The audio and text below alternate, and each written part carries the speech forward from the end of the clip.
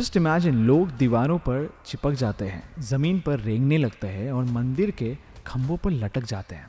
ये मंदिर कुछ अलग है क्योंकि यहाँ करीब 25,000 काले चूहों का बसेरा है।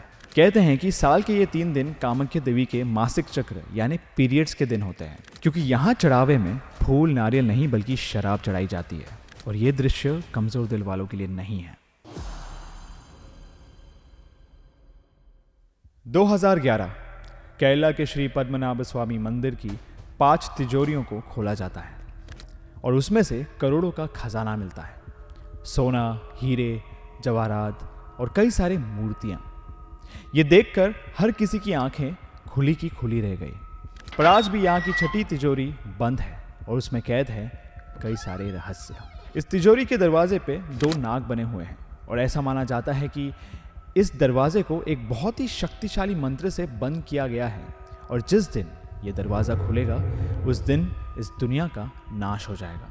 कोई नहीं जानता कि अंदर क्या है और कितना खतरनाक है, पर इस मंदिर का रहस्य आज भी एक रहस्य है। भारत में ऐसे न जाने कितने मंदिर हैं जो इतने सारे रोचक किस्सों और कहानियों से भरे हैं, जिनके बारे में आप जितना जानना शुरू करेंगे उतना ही हैरान रह जाएंगे। तो आज के इस वीडियो में हम भारत के ऐसे ही कुछ मिस्टीरियस टेम्पल के बारे में बात करेंगे जो इस बात का जीता जागता सबूत है कि हमारी सभ्यता कितनी पुरानी है और इसमें कितने गहरे राज छुपे हैं। करणी माता टेम्पल, देशनोक, राजस्थान। रहस्यों की इस दुनिया में सबसे पहला मंदिर है करणी माता मंदिर। राजस्थान के देशनोक में बना ये मंदिर लगभग 500 साल पुराना है। इस मंदिर से बहुत मान्यताएं जुड़ी हैं।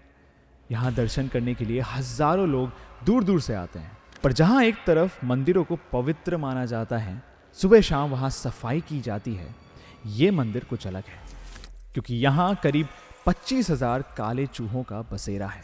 और तो और इन चूहों से दूर भागने की बजाय इस मंदिर में इन्हें पवित्र माना जाता है। कहते हैं कि ये चूहे करणी माता के परिवार के लोग हैं और इसलिए मंदिर में काम करने वाले भक्त और पुजारी भी इन्हें अपना परिवार मानते हैं। ये चूहे पूरे गर्भगृह से लेकर मंदिर की रसोई तक हर जगह घूमते रहते हैं। नॉर्मली चूहे अगर किसी खाने की चीज़ को झूठा कर देते हैं तो हम बीमार होने के डर से उस खाने को फेंक देते हैं, राइट?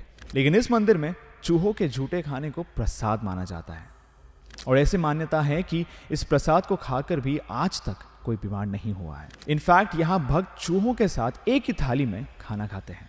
इस मंदिर के नियमों के हिसाब से यहाँ पैर उठाकर चलने के बजाय घसीट के चलना होता है ताकि कोई चूहा पैरों के नीचे दब ना जाए। अगर कोई चूहा गलती से पैर के नीचे आ जाता है तो इसे अशुभ माना जाता है, लेकिन अगर वही चूहा आपके पैरों के ऊपर से गुजरता है तो इसे माता का आशीर्वाद माना जाता है। यहाँ हजारों काले चूहों में कुछ सफेद चूहे भी हैं। कहा जाता है कि ये चूहे करणी माता के बेटे हैं और इसलिए अगर इनके दर्शन मिल जाए तो ये एक बहुत ही बड़े सौभाग्य की बात होती है। एक ऐसा मंदिर जहाँ चारों तरफ चूहे हैं, आप चल रहे हैं और आपके ऊपर जाल से चूहे लटक रहे हैं। क्या आप वहाँ दर्शन के लिए जाएंगे? पर यह एकलौता चौंका देने वाला मंदिर नहीं है। कामाख्या टेम्पल, गुवाहाटी, आसाम। गुवाहाटी में बसा कामाख्या देवी मंदिर हिंदू धर्म का एक बहुत ही महत्वपूर्ण हिस्सा है। यहाँ हर साल लाखों भक्त देवी के दर्शन के लिए आते हैं। माना जाता है कि ये मंदिर भारत के सबसे पुराने शक्तिपीठों में से एक है। ऐसा माना जाता है कि जब देवी सती ने अपने पिता के यहाँ अपमानित होकर यज्ञ में कूद के अपनी जान ले ली थी, तब शिव जी बहुत दुखी हुए। वो उनके जले हुए शरीर को लेके ब्रह्मांड के चक्कर लगाने लगे। तो उस समय विष्णु जी ने अपने सुदर्शन चक्र से देवी के शरीर के 51 टुकड़े किए और इन्हीं में से देवी की योनि यहाँ आकर गिरी थी। हर साल जून के महीने में कामाख्या देवी मंदिर के पास से बहने वाली ब्रह्मपुत्र नदी में 3 दिन तक लाल रंग का पानी बहता है। कहते हैं कि साल के ये 3 दिन कामाख्या देवी के मासिक चक्र यानी पीरियड्स के दिन होते हैं। इन 3 दिनों को सेलिब्रेट करने के लिए यहाँ मेला लगता है जिसे आम्बुबाची कहते हैं। 3 दिन बाद देवी की मूर्ति को नहलाकर पूजा करने के बाद मंदिर के द्वार भक्तों के लिए खोले जाते हैं। अब कुछ लोग ये कहते हैं कि यहाँ के पंडित पानी को लाल बनाने के लिए उसमें सिंदूर मिला देते हैं और ये मेंस्ट्रुअल साइकिल वाली बात जो है वो गलत है। कई साइंटिफिक थियरीज ऐसी भी हैं जो ये कहती हैं कि वहाँ की मिट्टी में आयरन भरपूर मिलता है जो पानी से रिएक्ट होकर लाल रंग को प्रोड्यूस करता है। पर आप ही सोचिए कि अगर नदी का पानी लाल करना है तो कितना ज्यादा सिंदूर लगेगा।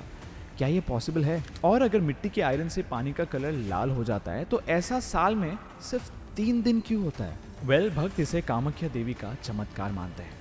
इस रहस्य के अलावा ये मंदिर तंत्र विद्या के लिए भी मशहूर है। यहाँ 10 महाविद्याएं बसती हैं जिन्हें तांत्रिक ट्रेडिशन में हाईएस्ट गॉडेस मानते हैं। ये 10 महाविद्याएं दुर्गा माँ के 10 रूप हैं। अंबुबाची मेले के समय यहाँ कई सारे तांत्रिक भी आते हैं जो पूरे साल बाहरी दुनिया से दूर एकांत में रहते हैं। इस मंदिर से मिले पत्थरों को कामया सिंदूर के नाम से बेचा जाता है। माना जाता है कि इस सिंदूर में लोगों के दिमाग को वश में करने की ताकत है, इसीलिए इसे वशीकरण सिंदूर भी कहा जाता है। काल भैरव मंदिर, उज्जैन, मध्य प्रदेश। देवी के साथ नाम आता है भगवान भैरव का। ये शिव जी के अवतार है और इन शक्तिपीठों के रखवाले। भैरव का मंदिर भी देवी के मंदिर के पास ही होता है और इन्हें भी देवी के साथ पूजा जाता है। लेकिन उज्जैन का काल भैरव मंदिर थोड़ा अलग है, क्योंकि यहाँ चढ़ावे में फूल नारियल नहीं बल्कि शराब चढ़ाई जाती है। जहाँ शराब के ठेके और मदिरा को मंदिरों से कोसों दूर रखा जाता है, उसके बिल्कुल विपरीत इस मंदिर में शराब को प्रसाद में चढ़ाया जाता है। बाकी मंदिरों के बाहर जैसे सड़क किनारे लोग फूल, मालाएं, नारियल और मिठाइयाँ बेचते हैं, इस मंदिर के बाहर उसी तरह शराब बिकती है। मंदिर के बाहर कई सारे ऐसे काउंटर्स हैं जहाँ देसी और विदेशी दोनों टाइप की शराब मिलती है। भक्त शराब लेके पुजारियों को देते हैं, जिसे एक प्याले में भरकर भैरव बाबा के पास ले जाया जाता है। वो प्याला जैसे ही उनके होठों के पास पहुंचता है, वो शराब धीरे धीरे गायब होने लगती है। वो कहाँ जाती है, ये आज तक कोई नहीं जान पाया। इस मंदिर में बाबा की बची हुई शराब को प्रसाद के रूप में भक्तों में वापस बांटा जाता है। लेकिन यहाँ शराब चढ़ाना कोई कोइंसिडेंस नहीं बल्कि एक तांत्रिक रिचुअल है। काल भैरव का तंत्र विद्या से जुड़ा होना कोई नई बात नहीं है। तांत्रिक और योगी अलग अलग सिद्धियां पाने के लिए भैरव की साधना करते हैं। पंचमकार या पंचतत्व 5 ऐसे सब्सटेंसेस होते हैं जिनका इस्तेमाल तंत्र विद्या में किया जाता है। मद्य यानी अल्कोहल, मनसा यानी मीट, मत्स्य यानी फिश, मुद्रा यानी पाउंड ग्रेन और मैथुन यानी सेक्सुअल इंटरकोर्स। माना जाता है कि पहले ये 5 सब्सटेंसेस यहाँ पे ऑफर किए जाते थे, पर धीरे धीरे बाकी के 4 सिर्फ एक सिंबॉलिक रिचुअल्स बन के रह गए। दत्तात्रेय टेम्पल, गंगापुर, मध्य प्रदेश। भारत में ऐसे कई मंदिर हैं जो काले जादू और एक्सॉर्सिज्म के लिए जाने जाते हैं, और ऐसा ही एक मंदिर मध्य प्रदेश में भी है जो बैतूल डिस्ट्रिक्ट के गंगापुर में है। भगवान दत्तात्रेय, जिन्हें त्रिनाथ भी कहा जाता है, ये ब्रह्मा, विष्णु और महेश के अवतार हैं। वैसे तो यहाँ की हवा में एक अजीब सा एहसास हमेशा घुला रहता है, लेकिन पूर्णिमा और अमावस के दिन यहाँ जो कुछ होता है वो देखकर हर किसी के रोंगटे खड़े हो जाते हैं। जहाँ एक तरफ मंदिरों में शांति का माहौल होता है, वहीं दूसरी तरफ ये मंदिर हर अमावस और पूर्णिमा के साथ डरावनी चीज़ों और आवाज़ों से भर जाता है, क्योंकि इस दिन यहाँ हजारों लोग जमा होते हैं जिन पर बुरी आत्माओं का साया होता है। सुबह 11:30 बजे इस मंदिर में महामंगल आरती होती है और इस आरती के साथ ये मंदिर इन लोगों की चीखों से गूंजने लगता है। चीखते चिल्लाते ये लोग भगवान को अब्यूज़ करते हैं और ऐसा माना जाता है कि बुरी आत्माएं उन पर वश करके उनसे ये सब करवाती हैं। इस दौरान ये लोग मंदिर की दीवारों और पोल्स पर चढ़कर लटक जाते हैं और कुछ लोग वहाँ ज़मीन पर रेंगने लगते हैं। अब ऐसा माना जाता है कि इस मंदिर में जाने के बाद और महामंगल आरती में हिस्सा लेने के बाद बुरी आत्माएं इन पोजेस लोगों के शरीर को छोड़कर चली जाती हैं।